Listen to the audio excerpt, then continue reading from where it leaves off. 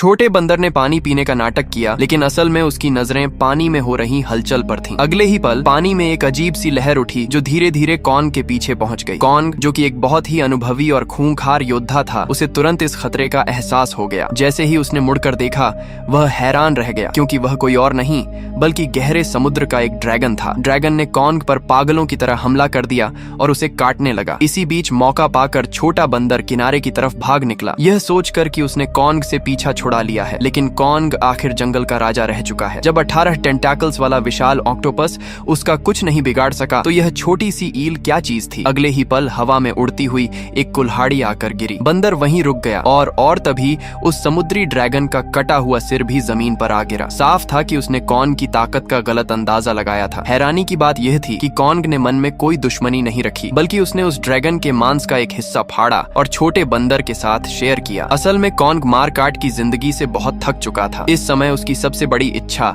अपने बिछड़े हुए परिवार को खोजना थी। जब छोटा बंदर कॉन्ग को रास्ता दिखाते हुए प्राचीन वानरों के ठिकाने पर ले गया, तो कॉन्ग वहां का नजारा देखकर सन्न रह गया। जिन वानरों का कभी जंगल पर राज हुआ करता था, वे आज गुलामों की तरह लगातार पत्थर ढोने का काम कर रहे थे। ये साफ था कि उन पर राज करने वाला कोई बहुत ही भयानक जीव है। कॉन्ग गुस्से में तमतमाता हुआ वानरों की भीड़ में गया और अपने ही लोगों पर जुल्म कर रहे एक गार्ड को एक मुक्के में जमीन पर सुला दिया। अगले ही पल वो खूंखार विलेन सामने आया, जिसके नाम से ही सारे वानर कांपते थे। Scar king. अब दो राजाओं के बीच एक भयानक जंग होना तय था। स्कार किंग ने जोर से दहाड़ मारी और वहां मौजूद सभी लोग उसके सामने घुटनों के बल बैठ गए। लेकिन कॉन्ग वहां एक खंभे की तरह निडर होकर खड़ा रहा। ये देखकर स्कार किंग को लगा कि कोई उसे चुनौती दे रहा है। उसने बेझिझक कॉन्ग का मुंह खोला और उसके नए लगे नकली दांत को देखकर उसका बेरहमी से मजाक उड़ाने लगा। उसके चमचे भी उसकी हाँ में हाँ मिलाने लगे। तभी स्कार किंग की नजर उस छोटे बंदर पर पड़ी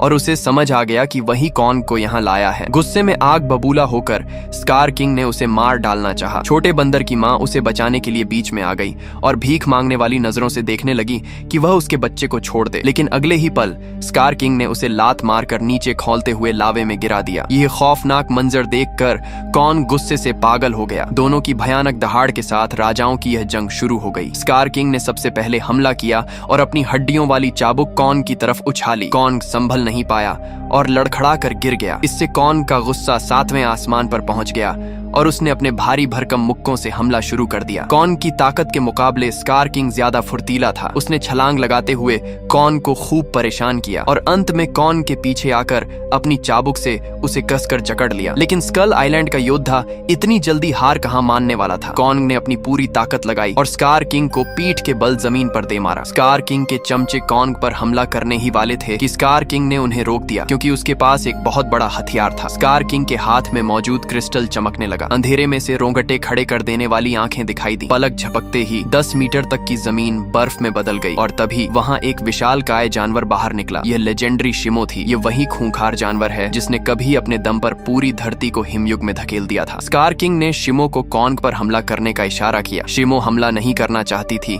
लेकिन स्कार किंग के क्रिस्टल के कंट्रोल के कारण वह दर्द से तड़प उठी। मजबूरन उसे कॉन्ग पर अपनी बर्फीली सांस छोड़नी पड़ी। किस्मत से कॉन्ग फुर्ती से हट गया और अपनी कुल्हाड़ी से हमले को रोक लिया। लेकिन यह गॉडजिला की एटॉमिक ब्रेथ नहीं थी जो कुल्हाड़ी को चार्ज कर देती, बल्कि इस बर्फीले हमले ने कॉन्ग के हाथ को बुरी तरह जमा दिया और वह अधमरा सा हो गया। शिमो फिर से हमला करने ही वाली थी कि छोटे बंदर ने कॉन्ग को एक खुफिया रास्ते की तरफ भागने का इशारा किया। हालात बिगड़ते देख कॉन्ग ने वहां से निकल जाना ही सही समझा। वह सही समय पर वहां से भाग निकला, लेकिन उसकी कुल्हाड़ी उसी गुफा में छूट गई। बाकी वानर उसका पीछा कर रहे थे, पर कॉन्ग भागता रहा और पहले से बिछाए गए जालों का इस्तेमाल करके उन्हें रोकता रहा। आखिरकार छोटे बंदर की मदद से बुरी तरह घायल कॉन्ग इंसानों तक पहुंचने में कामयाब रहा। अब कॉन्ग का शरीर जवाब दे चुका था और वह जमीन पर गिर पड़ा। उसने बड़े ही दुख के साथ इशारों में छोटी बच्ची जिया को सब कुछ बताया। इंसान भी बेबस महसूस कर रहे थे। तभी जानवरों के डॉक्टर को एक गजब का आइडिया आया। उसने कॉन्ग के घायल हाथ पर एक मैकेनिकल हाथ लगाने का फैसला किया। असल में सालों पहले इंसानों ने कॉन्ग और गॉडजिला के बीच की ताकत के फर्क को कम करने के लिए यह खास मैकेनिकल हाथ बनाया था, जो इसी हॉलो अर्थ आउटपोस्ट पर मौजूद था। जैसे ही इंसानों ने इसे कॉन्ग के शरीर से जोड़ा, वह अपने आप चालू हो गया। हाथ के फिट होते ही कॉन्ग के शरीर में एड्रेनालाइन का एक भारी डोज इंजेक्ट हो गया। कॉन्ग तुरंत होश में आ गया। अब उसे अपने अंदर इतनी असीम ताकत महसूस हो रही थी कि उसे लगा जैसे वह गॉडजिला को भी एक मुक्के में मार गिराएगा। दूसरी तरफ गॉडजिला अपनी ऊर्जा बढ़ाने के लिए गहरे समुद्र के महाकाय जानवर टियामैट के साथ एक रोंगटे खड़े कर देने वाली लड़ाई लड़ रहा था। टियामैट दिखने में बहुत खूंखार था, लेकिन गॉडजिला के सामने उसकी एक न चली। गॉडजिला ने अपनी भयंकर एटॉमिक ब्रेथ से समुद्र को चीर दिया और टियामैट के पल भर में चिथड़े उड़ा दिए। इसके बाद टियामैट के घोंसले में मौजूद अथाह न्यूक्लियर एनर्जी को सोखकर राक्षसों के राजा गॉडजिला ने आखिरकार अपना इवोल्यूशन पूरा कर लिया। इधर स्कार किंग अपनी खौफनाक योजना को अंजाम देने के लिए इंसानों की दुनिया की तरफ बढ़ रहा था। कॉन्ग को एहसास हो गया कि इतने ताकतवर दुश्मन को वह अकेले नहीं हरा सकता, इसलिए अंतिम लड़ाई जीतने के लिए कॉन्ग जमीन के ऊपर अपने पुराने साथी गॉडजिला से मदद मांगने निकल पड़ा। लेकिन गॉडजिला, जो अभी अभी नींद से जागा था, कुछ सुनने के मूड में नहीं था। उसने कॉन्ग को देखते ही उस पर हमला कर दिया। कॉन्ग ने उसे समझाने की बहुत कोशिश की, लेकिन अगले ही पल गॉडजिला ने उसे जोरदार टक्कर मारकर जमीन पर गिरा दिया। बचाव में कॉन्ग ने मुट्ठी भर रेत गॉडजिला की आंखों में झोंक दी, जिससे गॉडजिला कुछ पल के लिए अंधा हो गया। इससे गॉडजिला और भी भड़क गया और उसने कॉन्ग को अपने जबड़ों में जकड़ लिया। गनीमत रही कि कॉन्ग के नए मैकेनिकल आर्म ने उसे बचा लिया, लेकिन गॉडजिला ने अपनी पूरी ताकत लगाकर कॉन्ग को एक भयानक तरीके से दे मारा। अब कॉन्ग के भी सब्र का बांध टूट गया। उसने पलटवार करते हुए गॉडजिला पर मुक्कों की बरसात कर दी और उसे बुरी तरह चकरा दिया। कॉन्ग बेहोश हुए गॉडजिला को खींचकर जबरदस्ती हॉलो अर्थ ले जाना चाहता था, लेकिन रास्ते में गॉडजिला को होश आ गया। उसने अपनी एनर्जी चार्ज की और कॉन्ग पर जानलेवा हमला कर दिया। कॉन्ग ने बचने की कोशिश की, लेकिन गॉडजिला की भारी भरकम लात खाकर वह दूर जा गिरा। गॉडजिला कॉन्ग का काम तमाम करने ही वाला था कि तभी आसमान से एक तेज रोशनी आई और गॉडजिला को रोक दिया। यह कोई और नहीं बल्कि राक्षसों की रानी मोथरा थी। दरअसल हॉलो अर्थ में रहने वाले ईवी कबीले ने अपनी प्राचीन प्रार्थनाओं से इस शक्तिशाली जीव को बुला लिया था ताकि इन दोनों की लड़ाई को रोका जा सके। गॉडजिला मोथरा की बहुत इज्जत करता है। जब मोथरा ने गॉडजिला को असली खतरे के बारे में बताया तो वह तुरंत मान गया और कॉन्ग के साथ मिलकर लड़ने के लिए तैयार हो गया। दूसरी तरफ स्कार किंग अपनी सेना के साथ इंसानी बेस में घुस चुका था। इंसान अपनी हार मान ही चुके थे कि तभी एक तेज रोशनी हॉलो अर्थ में चमकी। अपनी जानी पहचानी दहाड़ के साथ गॉडजिला और कॉन्ग वहां पहुंच गए। स्कार किंग तुरंत अपनी बर्फ की ड्रैगन शिमो की पीठ पर सवार हो गया और कॉन्ग भी किसी से कम नहीं था। वह गॉडजिला की पीठ पर सवार होकर आगे बढ़ा। राजाओं का यह महायुद्ध शुरू ही हुआ था कि अचानक एंटी ग्रेविटी फील्ड एक्टिवेट हो गई और गुरुत्वाकर्षण खत्म हो गया। कॉन्ग और स्कार किंग, जो एक दूसरे के खून के प्यासे थे, हवा में ही भिड़ गए। गॉडजिला और शिमो ने एक दूसरे पर अपनी अपनी ब्रीथ से हमला किया, लेकिन शिमो की ताकत गॉडजिला पर भारी पड़ रही थी। तभी सही मौके पर मोथरा ने आकर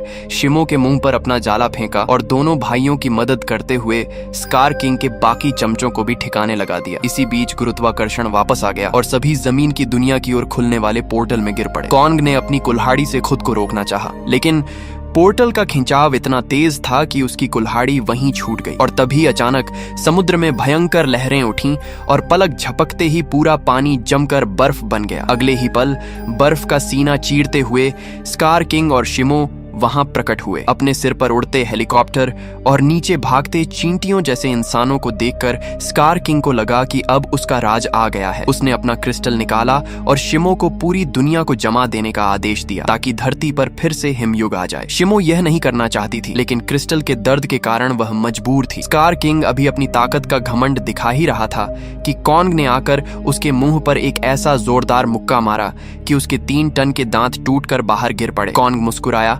ये उस बात का बदला था जब स्कार किंग ने उसके नकली दांत का मजाक उड़ाया था। दूसरी तरफ गॉडजिला ने अपनी एटॉमिक ब्रेथ से शिमो के हमले को रोक दिया। अब स्कार किंग के पास शिमो का कवर नहीं था। वह कॉन्ग के मैकेनिकल मुक्कों के आगे टिक नहीं पा रहा था। हालांकि स्कार किंग बहुत फुर्तीला था। उसने चालाकी से कॉन्ग को लात मारकर शिमो की तरफ धकेल दिया, जिससे कॉन्ग शिमो की बर्फीली सांस की चपेट में आकर घायल हो गया। स्कार किंग अपनी जीत पर खुश हो रहा था, लेकिन वह भूल गया था कि गॉडजिला अब अपने सबसे शक्तिशाली इवोल्यूशन में आ चुका था। गॉडजिला ने स्कार किंग पर ऐसा भयंकर हमला किया कि उसकी हालत खराब हो गई। गॉडजिला ने स्कार किंग की चाबुक को अपने दांतों से पकड़कर तोड़ दिया। चाबुक टूटते ही कंट्रोल क्रिस्टल जमीन पर गिर गया। अब स्कार किंग और कॉन्ग के बीच उस क्रिस्टल को हासिल करने की जंग छिड़ गई। जो क्रिस्टल लेता, पूरी जंग उसी की होती। तभी अचानक वह वह छोटा बंदर हवा में छलांग लगाते हुए आया और कॉन्ग की कुल्हाड़ी से उस क्रिस्टल पर जोरदार वार कर दिया। क्रिस्टल के टूटते ही एक भयानक एनर्जी वेव निकली जिसने सबको पीछे धकेल दिया। क्रिस्टल टूट चुका था